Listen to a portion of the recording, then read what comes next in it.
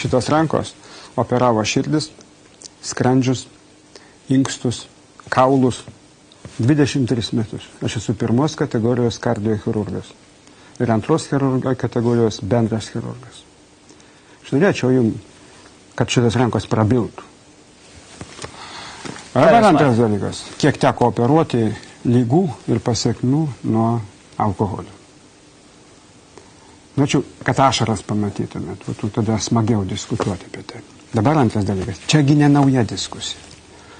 Kai alkoholio kontrolės įstatymą ir tabako kontrolės įstatymą mes rengiam, Vytautas Selickas, aš, kiti, nuo tadagi prasidėjo ta diskusija. Dabar pajokausiu, sako, draudimais nieko nepasieksi. Ant Sinajaus kalno, kolega, buvo įteikta 10 gražių užrašų. Ir iš jų yra nevok, nemeluok, nežudyk, negėjs kartimo moters.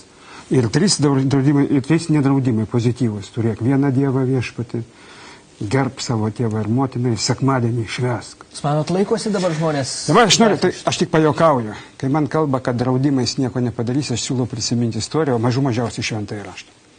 Dabar ne apie tai nekalba. Čia iš ties yra kalba paprasta ir aiški. Money, money, money. Abos daina.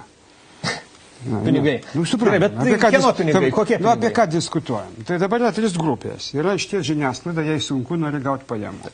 Yra sporto visuomenė, jai sunku, reikia gauti pinigų. Ir yra, kaip sakyti, aludarių ir vindarių lobistai, kurie nori ko? Rinkos ir vartotojų. Apie ką čia mes diskutuojam dabar? Gerai, tai kaip šitoj situacijai apsispręsti? Visiškai akivaizdu, kad mes turim 3 komponentus. Rinka ir vartojimas, žiniasklaida ir sportininkai, nes krizė trūksta pinigų. Tai taip ir kalbėkime, pinigų trūksta, ką čia daryti? Gerai, čia diskusija apie pinigus. Vytautai, jums atrodo, čia kalbėkim vien apie pinigus. Kam reikia pinigų, kam trūksta? Aš noriu duoti jums atsakymą. Čia iš jūsų, ko gero, aš vienintelis gyvenau Tarybų sąjungoje, kur reklamos alkoholio nebuvo, nei alaus, nei alkoholio. Tik jinai kitokia buvo. Bet nei per valstybinę radiją. Ir jūs operavot ne tos turbūt. Bet svarbiausia, kad visi žinojo, kuris gėrimas geresnis, kuris blogesnis.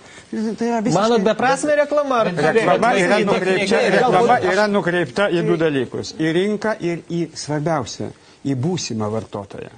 Ne į esamą. Gerai, bet gal po vieną. Ponui Gapšiui nereikia reklamuoti, kuris alus yra geresnis, ar Tuborgas, ar Švyturys.